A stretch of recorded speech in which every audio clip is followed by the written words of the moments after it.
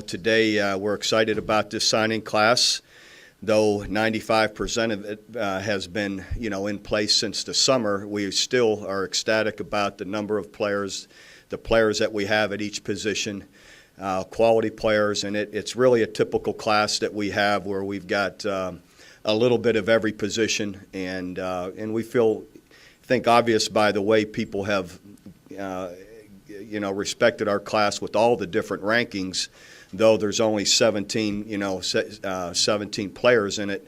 It's still regarded as one of the better ones in the country, and I think, again, it speaks to the quality of players.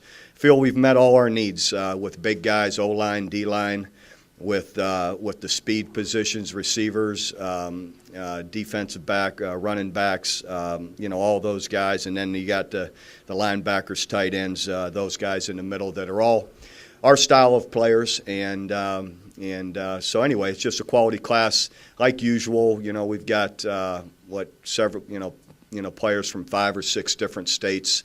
And then, a large portion down through Texas, which is always being so close and is always excellent to go recruit down there as well.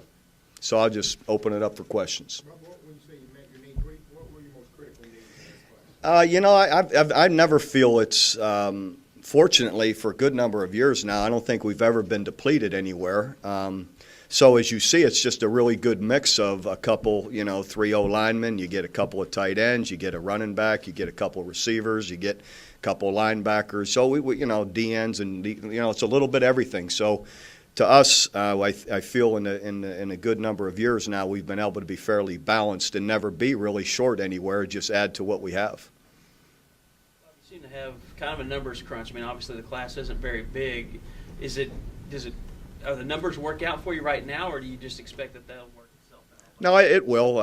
It's just like last night one guy changes his mind, goes somewhere else. So, I feel good about it, and it's similar to what we've done in the past. And so I feel it's, it's where most everybody is these days, and I feel comfortable about it. You mentioned states that were close to here. Kansas has been a state you guys have recruited really well. You got the #1 player in the state the last 2 years. Why have you guys done so well there? And talk about the talent in that state. Well, they do have excellent players up there throughout Kansas. I think the biggest issue always in recruiting, 2 things that I feel have helped us overall. Proximity, I think, always makes a difference to families, to recruits, and the fact that we've done well. When you look at the other players that are here from those areas are having great careers, and we've had success. When you look at the championships and the bowl games, those kind of things, that those players are, and they're close enough for their families and them to be able to come down and participate in it without a lot of great expense of flying and those type of things. When you get one good player and he does well from the state, you can go to the next player down the line and say, hey, look at this. Well, usually they pay attention and relate to, follow certain players that are in their area that they may know a little bit. Well, can you talk about your early impressions on the guys that are already here, Brandon Williams, Kendall Thompson, Marquise Anderson? Yeah, we haven't had much chance to get around them a lot yet in workouts. We really haven't. We've been, out on the road for the most part, and the players are just back doing some things this week, and then we've had a few days where we haven't been in school. So I haven't had time to really be with them in workouts, but they're here. They're, listening to Coach Schmidt and the testing and what they've done to this point. They're very impressive. And guys that we really like. The Kendall Thompson, the quarterback, Brandon Williams at running back, and Marquise Anderson at defensive line are the 3 that are here now. Quarterbacks have always been a strong position for you, but have you ever had 2 Elite 11 quarterbacks, or have you heard of that anywhere? I'm not sure, to be honest with you, if we have or not. These guys are Coach Heupel does a great job in his evaluations and what he likes, and Kendall is a guy that throws the ball really well. He's been developed really well at the young age, and then in our camps the last few years also, and so we're excited about him as a passer. But then you look at him athletically, he brings another dimension to be able to escape some things, get you out of trouble sometimes with his legs, and he gives you the opportunity also, to have 6-7 plays a game where the quarterback's designed to take off and do something with it. How does Brandon compare to to someone like Roy? Were they similar, different? And speaking of Roy, how's he coming along with the injury? He's coming along just fine. We don't have him running just yet, but there hasn't been any setbacks. Brandon is much bigger than Roy.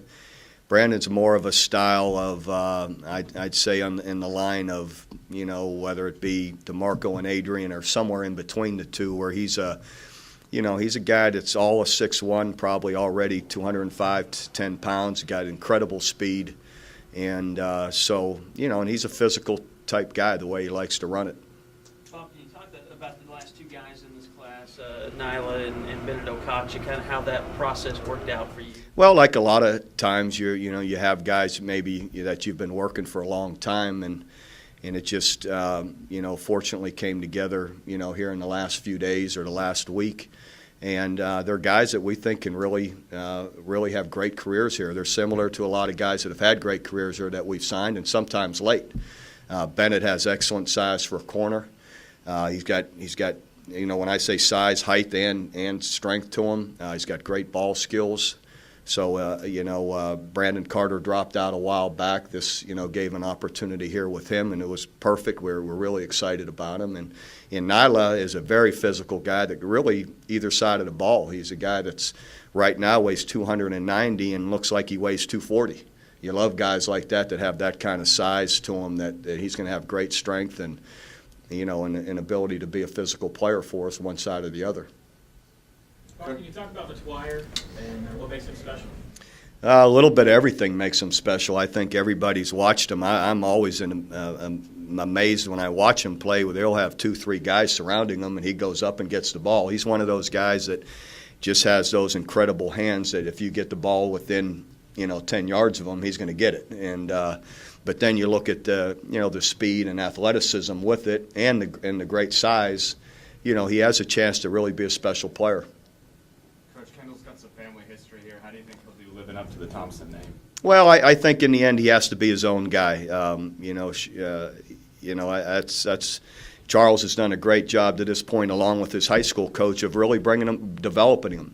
He has a lot of polish to him as a young guy, and quarterback, and his footwork and the way he throws the football. And so in the end, that'll be for them as a family to to work through those kind of things. We want him just to be Kendall. Do what you're able to do and grow in the program, and I'm sure he will. He's had a great high school career, and believe he'll do well with us. How much work had to go on behind the scenes with so many school closings and things like that to make sure these guys get back? Yeah, just a lot of telephone calls. Fortunately, all the networks were still operating, and the biggest issue was kids making sure they're able to get to a fax machine. And I guess it just took away from some of the pageantry at different schools and being able to get there in front of the whole school and have all of that. But as long as they could sign it with their parents and find a fax machine, it worked okay for us, since we're not able to be there anyway.